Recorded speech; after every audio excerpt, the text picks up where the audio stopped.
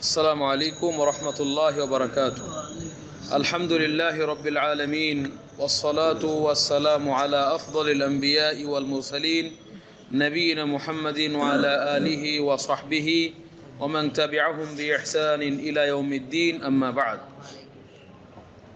আল্লাহ সুবহানাহু ওয়া তাআলার হামদ ও সানা জ্ঞাপন করছি আল্লাহ সুবহানাহু ওয়া তাআলার জন্য, যিনি আমাদেরকে প্রতি সপ্তাহের ন্যায় আজকেও মাগরিবের সালাতের পর ঐতিহ্যবাহী আহলে হাদিস বড় জামে মসজিদ বংশাল, এই মসজিদে আমাদেরকে মাগরিবের সালাতের পর বসার তৌফিক দিয়েছেন। আলহামদুলিল্লাহ। সালাত ও সালাম বর্ষিত হোক প্রিয় নবী মুহাম্মদুর রাসূলুল্লাহ সাল্লাল্লাহু আলাইহি সাল্লামের উপর। আল্লাহুম্মা সাল্লি আলাইহি আল্লাহুম্মা বারিক আলাইহি। প্রিয় উপস্থিতি, আপনারা জানেন যে আমরা প্রিয় নবী মুহাম্মদুর রাসূলুল্লাহ সাল্লাল্লাহু আলাইহি সাল্লামের হাদিস থেকে ইসলামের বিধিবিধান জানার চেষ্টা করছি আজকে, এবং আমরা যে হাদিসগুলো পড়ছি সেগুলো বিবাহের বিষয়ে, বিবাহের বিভিন্ন বিধিবিধান ইত্যাদি বিষয়ে আমরা হাদিস পরিবেশন করছি। তো আজকে আমাদের সামনে আমরা দুইটা হাদিস পরিবেশন করব। আমাদের সামনে দুইটা হাদিস আছে। প্রথম যে হাদিসটি, এই হাদিসটি বর্ণিত হয়েছে আবু হুরায়রা রাদিয়াল্লাহু তাআলা আনহু থেকে। তিনি বলেন যে আন্নান নবিয়্য সাল্লাল্লাহু আলাইহি ওয়াসাল্লাম, নবী সাল্লাল্লাহু আলাইহি সাল্লাম কানা ইযা রাফা ইনসানান, নবী সাল্লাল্লাহু আলাইহি সাল্লাম যখন কোনো মানুষকে দোয়া দিতেন, নবী সাল্লাল্লাহু আলাইহি সাল্লাম যখন কোনো মানুষকে দোয়া দিতেন কোন সময়? ইযা তাযাওয়াজা, যখন সে বিবাহ বন্ধনে আবদ্ধ হতো। যখন আল্লাহ নবী সাল্লাল্লাহু আলাইহি সাল্লাম কোনো মানুষকে দোয়া দিতেন ওই মুহূর্তে যখন সে বিবাহ বন্ধনে আবদ্ধ হতো, ক্বালা, তিনি বলতেন বারাকাল্লাহু লাকা ওয়া বারাকা আলাইকা ওয়া জামা বাইনাকুমা ফি খাইরিন। নবী সাল্লাল্লাহু আলাইহি সাল্লাম এই দোয়াটা করে দিতেন। এই হাদিসটি বর্ণিত হয়েছে কোথায়? মুসনাদ আহমদে, মানে ইমাম আহমদ হাদিসটি বর্ণনা করেছেন, এবং ইমাম আবু দাউদ, ইমাম তিরমিজি, নাসাই, ইবনে মাজাহ এরাও হাদিসটি বর্ণনা করেছেন এবং হাদিসটিকে তিরমিজি সহিহ বলেছেন, এবং ইমাম ইবনে খুজাইমা, ইমাম বুখারীর ছাত্র, তিনিও হাদিসটিকে সহিহ বলেছেন। ইমাম ইবনে হিব্বান তিনিও সহিহ বলেছেন। তাহলে আমরা আবার শুনি হাদিসটি। নবী সাল্লাল্লাহু আলাইহি সাল্লাম, এবং এটা স্বাভাবিক বিষয় যে মানুষের মাঝে, বিশেষ করে মুসলিমদের মাঝে, মুসলমানরা শরীভাবে বিবাহ বন্ধনে আবদ্ধ হয়। এটা আল্লাহ সুবহানাহু ওয়া তাআলা বিধিবদ্ধ করেছেন যাতে করে পৃথিবীতে মানবের সন্তানরা, মানব সন্তান বৃদ্ধি পায়, যাতে করে পৃথিবী আবাদ হয়, মানুষ বৃদ্ধি হয়। এজন্য আল্লাহ সুবহানাহু ওয়া তাআলা যে সিস্টেম রেখেছে সেটা বিবাহ। তো এই বিবাহ যখন মানুষ করে, জাহিলি যুগে কি করতো জানেন? জাহিলি যুগে যখন কেউ বিবাহ করত, তখন জাহিলি যুগের লোকেরা বলতো ওই দোয়া দেওয়ার সময় বি আর রফাই ওয়াল বানিন, বির রফাই ওয়াল বানিন, তার মানে তুমি তোমাদের ভিতরে যেন মিল মহব্বত হয় আর যেন সন্তান হয়, ছেলে সন্তান, মেয়ে হোক, এটা দোয়া করতো না। জাহিলি যুগে এইভাবে তারা দোয়া দিত, বির রফাই ওয়াল বানিন। কারণ জাহিলি যুগে মেয়েদেরকে এরা পছন্দ করতো না। ওয়াইদা বুশশিরা আহাদুহুম বিল উনসা, যখন জাহিলি যুগে কাউকে কোনো মেয়ে সন্তান দেওয়া হতো, তার ঘরে যখন মেয়ে সন্তান আসতো, সুসংবাদ দেওয়া হতো মেয়ে সন্তানের মাধ্যমে, ওয়াল্লা ওয়াজহুহু মুসওয়াদ্দান হুয়া কাযীম, তার চেহারাটা কি হয়ে যেত? কালো হয়ে যেত, এবং সে রেগে আগুন হয়ে থাকতো। ইয়াতাওয়ারা মিনাল কওম, সে লোকজনদের থেকে পালিয়ে বেড়াতো যে আমার মেয়ে হয়েছে, মানুষ দেখলে কি বলবে। কারণ মিন সুই মা বুশশিরা বিহি, তার যে মেয়ে সন্তান হয়েছে, যে সুসংবাদ আল্লাহ দিয়েছেন কন্যা দ্বারা, এটাকে মন্দ ভেবে সে লোকজনদের থেকে পালাতো, এবং সে মনে মনে ভাবতো আইয়ুমসিকুহু আলা হুনিন, নিজে লাঞ্ছিত গঞ্জিত হয়ে এই মেয়েটাকে রেখে দিবে, আমি ইয়াদুসসুহু ফি তুরাব, নাকি মাটিতে পুঁতে ফেলবে। অনেকে পুঁতে ফেলতো, তাই না? আলা সা মা ইয়াহকুমুন, কতই না জঘন্য তাদের এই বিচার। তো যাই হোক, জাহিলি যুগে এটাই করতো, বির রফাই ওয়াল বানিন। তো জাহিলি যুগের লোক তো এটা বলতো, বির রফাই ওয়াল বানিন। কিন্তু আমরা মুসলিমরা যখন এখনো বর্তমান সমাজে যখন বিয়ে হচ্ছে, তখন আমরা কি দোয়া দেই? এই দোয়াটা কি আমরা জানি? যে দোয়াটা আল্লাহ নবী সাল্লাল্লাহু আলাইহি ওয়াসাল্লাম শিখিয়ে দিয়েছেন। এই জন্য আমাদের মুসলিমদের জানা উচিত। প্রত্যেক মুসলিম যখন তার অপর মুসলিম ভাই বিবাহ করবে, তখন আল্লাহ নবী সাল্লাল্লাহু আলাইহি ওয়াসাল্লাম যেভাবে দোয়া দিতেন সেভাবে এই দোয়াটা দিবে। এই দোয়াটা বিবাহের যেদিন বিয়ে হবে সেদিনও দিতে পারে, অথবা 2-5 দিন পরে যখন দেখা হবে তখনও দিতে পারে। নবী সাল্লাল্লাহু আলাইহি ওয়াসাল্লাম এই দোয়াটা দিতেন। তিনি দোয়ায় কি বলতেন? বারাকাল্লাহু লাক। সহজ দোয়াটা, আপনারা এমনি শুনলে মুখস্থ করে ফেলতে পারবেন। তিনি বলতেন কি? বারাকাল্লাহু লাক ওয়া বারাকা আলাইক ওয়া জামা বাইনাকুমা ফি খাইরিন। বারাকাল্লাহু লাক এর অর্থ কি? আল্লাহ সুবহানাহু ওয়া তাআলা তোমাকে, তোমার জন্য বরকত দান করুক। বারাকাল্লাহু লাকা, আল্লাহ তোমার জন্য বরকত দান করুক। কোথায় বরকত দান করবে? ফি আহলিকা, মানে তুমি যে বউটা নিয়ে আসলে, তুমি যে স্ত্রীটাকে নিয়ে আসলে, ওই স্ত্রীর ভিতরে যেন আল্লাহ বরকত দান করেন। এই দোয়াটা আল্লাহ রসুল করতেন। তার মানে এই বরকতের অর্থ কি? বরকতের অর্থ হচ্ছে কল্যাণ বেশি হওয়া এবং এটা স্থায়ী থাকা। তো আপনি যখন আপনার স্ত্রীকে নিয়ে আসবেন, যদি বরকতের দোয়া তার জন্য দেওয়া হয়, আপনার জন্য বরকতের দোয়া করা হয় আপনার স্ত্রীর ক্ষেত্রে, দেখা যাবে ওই স্ত্রী আপনার জন্য সকল ক্ষেত্রে কল্যাণ বয়ে নিয়ে আসবে। দুনিয়ার ক্ষেত্রে কল্যাণ বয়ে নিয়ে আসবে, পরকালের ক্ষেত্রে কল্যাণ বয়ে নিয়ে আসবে। হতে পারবে যে আপনি যদি কখনো গাফেল হয়ে যান, আল্লাহর ইবাদত থেকে আপনাকে স্মরণ করিয়ে দিবে।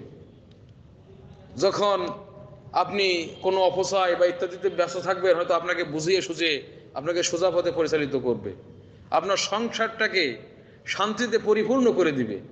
এই জন্য আল্লাহ নবী সাল্লাল্লাহু আলাইহি ওয়াসাল্লাম এই দোয়াটা করতেন। আল্লাহ নবী সাল্লাল্লাহু আলাইহি ওয়াসাল্লাম দোয়া করতেন, বারাকাল্লাহু লাকা, আল্লাহ তোমাকে বরকত দান করুক তোমার স্ত্রীর ভিতরে। যখন আপনি তার দিকে দেখবেন, আপনার মনটা আনন্দে ভরে যাবে। আপনি যখন তার থেকে দূরে চলে যাবেন, তখন বরকতটা কি? আপনাকে সে হেফাজত করবে, আপনার খেয়ানত করবে না, আপনার সম্পদের হেফাজত করবে, আপনার সন্তানদেরকে ভালো করে দেখাশোনা করবে, আপনার যে বড় অধিকার তার সতীত্ব সেটাকে সে হেফাজত করবে। এটা বরকত নয়, আপনার জন্য কল্যাণ। আপনি যদি কোনোখান থেকে শোনেন যে স্ত্রী আর একজনের সাথে কথা বলে, কেমন লাগবে? এটা অকল্যাণ বয়ে নিয়ে আসবে না? তো এই যে দোয়াগুলি, এই ধরনের দোয়া সব এগুলো অন্তর্ভুক্ত, এই ধরনের কল্যাণ। তারপরে আপনার আরো বরকত কি? আপনি যখন কোনো আদেশ করবেন, সে আপনার আদেশটা শুনবে, এটাও একটা বরকত। এই জন্য এই দোয়াগুলি করা উচিত। আজকে আমাদের সমাজে দেখা যায় মহিলাদের ভিতরে কল্যাণ পাওয়া যাচ্ছে না, কারণ আমরা কিন্তু আল্লাহর শরণাপন্ন হই নাই, দোয়াও দেই না। এই জন্য দেখা যায় ওরকম যদি স্ত্রীকে কিছু বলে, তুমি যে করো, একটা কাজের কথা বলতে তুমি করো, করতে পারো না, এরকম উল্টা পাল্টা। তো এই জন্য এই সমস্ত দোয়াগুলি বিবাহের অনুষ্ঠানে, বিশেষ করে যারা ইলমের সাথে সম্পৃক্ত, যাদেরকে আল্লাহ তৌফিক দিচ্ছেন এই ধরনের মজলিসে বসার, তাদের উচিত সামান্য দোয়াটা আপনারা শিখবেন এবং এই দোয়াটা দিবেন। আপনারা যদি চালু করেন, সমাজ এটা চালু হয়ে যাবে। তাহলে বারাকাল্লাহু লাকা, আল্লাহ সুবহানাহু ওয়া তাআলা তোমার জন্য বরকত সৃষ্টি করুক, বরকত দেখ তোমার পরিবারের ভেতরে। তার মানে তোমার পরিবার থেকে তুমি বরকত পাবে। আরেকটা কি বললেন? ওয়া বারাকা আলাইকা, এবং ওয়া বারাকা আলাইকা মানে তোমার উপরে আল্লাহ সুবহানাহু ওয়া তাআলা বরকত নাজিল করুক তোমার স্ত্রীর জন্য। একটা গেল কি? আপনার জন্য বরকত সৃষ্টি করুক আপনার স্ত্রীর ভেতরে, আর আপনার স্ত্রীর জন্য আপনার উপরে আল্লাহ বরকত দেখ। তার মানে আপনার স্ত্রীর জন্য আপনার কাছ থেকে বরকত পায়। এটা আল্লাহ রাসূল দোয়া দিলেন, ওয়া বারাকা আলাইক। তার মানে ওই স্ত্রী যখন আসবে, এমনটা না যে অনেকে আছে যে স্ত্রীরে কটু কথা কয়, স্ত্রীরে খারাপ ভাষায় কথা বলে, স্ত্রীরে দাসীর মতো মানে তার সাথে আচরণ করে, মারধর করে ইত্যাদি। এগুলো কি বরকত বা কল্যাণ স্ত্রীর জন্য? না। এই জন্য আল্লাহ নবী এটাও দোয়া করলেন যে ওয়া বারাকা আলাইক, মানে তোমার স্ত্রীর জন্য তোমার উপরে যেন বরকত নাজিল হয়, তুমি যেন তোমার স্ত্রীর জন্য বরকত স্বরূপ হও, অর্থাৎ তোমার স্ত্রীর জন্য তোমার ভিতরে কল্যাণ পায়। কি সুন্দর ইসলামটা! স্বামীর জন্য যেমন স্ত্রীর ভিতরে কল্যাণের দোয়া করলেন, স্ত্রীর জন্য স্বামীর ভিতরে আল্লাহ রসুল কল্যাণের দোয়া করলেন, ওয়া বারাকা আলাইক। আজকে অনেক সময় দেখা যায় যে একটা ছেলের কাছে মেয়েকে বিয়ে দেওয়া হয়েছে, এরকম ঘটনা আছে, স্ত্রী মেশিন দিয়ে স্ত্রীর মুখ পোড়াই দিছে। এটা কিসের কল্যাণ? স্ত্রীকে কি পরিমাণ মারধর ইত্যাদি এগুলো করতেছে সমাজে। এই জন্য উভয় সুখী এবং স্বাচ্ছন্দ্যপূর্ণ জীবনের জন্য এই দোয়াগুলো অত্যন্ত কার্যকর। আমরা আমাদের ছেলে মেয়েদের যখন বিবাহ দেব, তখন আমরা এই দোয়াগুলি পড়লে আল্লাহ যদি দোয়াটা কবুল করে নেন, ওদের জীবনটা শান্তিতে ভরে যাবে এবং সব সময় তাদের কল্যাণ চলে আসবে জীবনে। এই জন্য আমরা এই দোয়া অবশ্যই শিখবো। একজন বাবা তার ছেলে যখন বিয়ে করে, সে দোয়া দিবে যে বারাকাল্লাহু লাক ওয়া বারাকা আলাইক, ওয়া জামা বাইনাকুমা ফি খাইরিন, এবং আল্লাহ সুবহানাহু ওয়া তাআলা তোমাদের দুইজনের মাঝে জমা করুন কল্যাণের ভেতরে, মানে তোমাদেরকে যেন ঐক্যবদ্ধ করেন সব ধরনের কল্যাণের ভিতরে। এখানে খায়ের নাকেরা মানে সকল কল্যাণের ভিতরে আল্লাহ সুবহানাহু ওয়া তাআলা যেন তোমাদেরকে জমা করেন, একত্রিত করেন, অর্থাৎ তোমরা যেন কল্যাণের ভিতরে ঐক্যবদ্ধভাবে বসবাস করতে পারো, তোমাদের এই দাম্পত্য জীবনটা যেন কল্যাণে পরিপূর্ণ হয়ে যায়। সুবহানাল্লাহ। এভাবে আল্লাহর নবী সাল্লাল্লাহু আলাইহি ওয়াসাল্লাম দোয়া করতেন। এজন্য আপনারা এখনই তো মুখস্থ হয়ে যাওয়ার কথা, বারাকাল্লাহু লাক ওয়া বারাকা আলাইক ওয়া জামা বাইনাকুমা ফি খাইর, বারাকাল্লাহু লাক ওয়া বারাকা আলাইক ওয়া জামা বাইনাকুমা ফি খাইরিন। এই দোয়াটা এটা আল্লাহর নবী সাল্লাল্লাহু আলাইহি সাল্লাম যখন কেউ বিবাহ করত সেই সময় তিনি তাদের জন্য এই দোয়াটা দিতেন। এই কারণে আমরা এই দোয়াটি এটা আমরা করব। আর আমাদের সমাজে যে সমস্ত অন্য যে সমস্ত দোয়ার সিস্টেমগুলি আছে নানান তাল ইত্যাদি, ওইগুলো থেকে আমরা বিরত থাকব, কারণ ওইগুলো নবী সাল্লাল্লাহু আলাইহি সাল্লামের আদর্শ নয়। একজন মুসলিম যদি আল্লাহর নবীর এই দোয়াটা নবদম্পতির জন্য করে তাহলে সে অনেকগুলি সওয়াব পাবে। এক, এই দোয়াটা যে করলো দম্পতির জন্য, এটা মুসলমানের জন্য কল্যাণ চাইলো কিনা, কল্যাণ চাওয়ার কারণে আল্লাহ তার সওয়াব দিবেন, এবং সে যে বরকতের দোয়া করতেছে ফেরেশতা তার জন্য ডাবল দোয়া করবে এই বরকতের। এটা একটা ফায়দা। 2 নম্বর ফায়দা কি, সে এই দোয়াটা করার কারণে নবী সাল্লাল্লাহু আলাইহি ওয়াসাল্লামের ইত্তেবা করলো কিনা, অনুসরণ করলো কিনা, তো নবীর ইত্তেবা করার কারণে আরো একটা সওয়াব। এইটা যে সে যদি দোয়াটা করে, আজকে আমাদের সমাজের মানুষের মাঝে প্রচলন নেই এটা, আজকে যদি আপনি চালু করতে পারেন, আপনার মাধ্যমে একটা সুন্নত পুনর্জীবিত হলো, আপনি কত বড় একটা মহান কাজ করলেন। তো এই জন্য আমাদেরকে এই সমস্ত দোয়াগুলি চালু করা উচিত, আমাদের সন্তানদেরকে শিক্ষা দেওয়া উচিত। আল্লাহ নবী সাল্লাল্লাহু আলাইহি সাল্লাম এভাবে দোয়া শেখাতেন। কথা হলো এখানে ইনসান বলা হয়েছে, যে ইনসান অর্থাৎ মানুষ, তার মানে এখানে কিন্তু পুরুষ নারী কিছু বলা হয়নি, তাই না? তার মানে পুরুষের ক্ষেত্রে তো দেওয়া যাবেই, যে একজন পুরুষ সে তাকে এই দোয়াটা দিলাম, তো মহিলাকে দেওয়া যাবে? এই হাদিস থেকে বোঝা যায় দেওয়া যাবে। তার মানে কোনো বাবা যদি তার মেয়ের জন্য দোয়া করে, অথবা তার মা তার মেয়েকে দোয়া করে, অথবা ভাই তার বোনকে দোয়া করে, অনুরূপভাবে অন্য মহিলারা যারা ওই মেয়ের বান্ধবী আছে বা যারা আসবে, তারা যদি ওই মেয়েকে দোয়া দেয় যে বারাকাল্লাহু লাকার জায়গায় লাকি বলতে হবে ওই সময়, কারণ ওটা মহিলা, বারাকাল্লাহু লাকি ওয়া বারাকা আলাইকি ওয়া জামা বাইনাকুমা ফি খাইরিন, এইভাবে মহিলারাও মহিলাদের দোয়া দিতে পারবে। এখান থেকে আমরা আরো একটি বিষয় উপলব্ধি করতে পারলাম, যে ইসলাম একটা ব্যালেন্স ধর্ম, ইসলাম অত্যন্ত ভারসাম্যপূর্ণ একটি ধর্ম।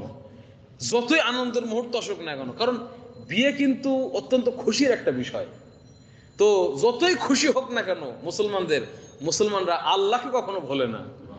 এরকম কঠিন মুহূর্ত, কঠিন খুশির মুহূর্তেও দেখেন আল্লাহর নাম স্মরণ নিয়ে দোয়া দিচ্ছে। কিন্তু আজকে আমাদের সমাজে উল্টা হয়ে গেছে, মুসলিমরা আজকে এই নীতিতে বহাল থাকতে পারছে না। দেখা যায় এমন খুশির ঠেলা, খালি গান বাজনা নিয়ে ব্যস্ত, মানে আল্লাহর নাম কই আর কইব, এত গান বাজনা নিয়ে ওইগুলো নিয়েই ব্যস্ত, বিয়ের অনুষ্ঠানটা একবারে নাফাক করে ফেলে। এই হোক, আমরা চেষ্টা করব যে সর্বাবস্থায় আল্লাহ সুবহানাহু ওয়া তাআলার বিষয়টি সামনে নিয়ে আসার, এটাই মুসলিমদের ঐতিহ্য, এবং এভাবেই কিন্তু আমাদের সমাজে বরকত এবং কল্যাণ ছেয়ে যাবে। এবং এই দোয়া যদি দেওয়া হয় তাহলে আল্লাহ সুবহানাহু ওয়া তাআলা নিঃসন্দেহে যে তাদের ভেতরে এই দোয়া যদি আল্লাহ কবুল করেন, তাদের যুররিয়া সালেহা, সৎ সন্ততি আল্লাহ দান করবেন ইনশাআল্লাহ। তো এই হাদিসটি আমরা যেমনটি বললাম সহিহ হাদিস, এই হাদিসের উপর আমরা আমল করার চেষ্টা করবো। আল্লাহ আমাদেরকে তৌফিক দান করুন, আমিন।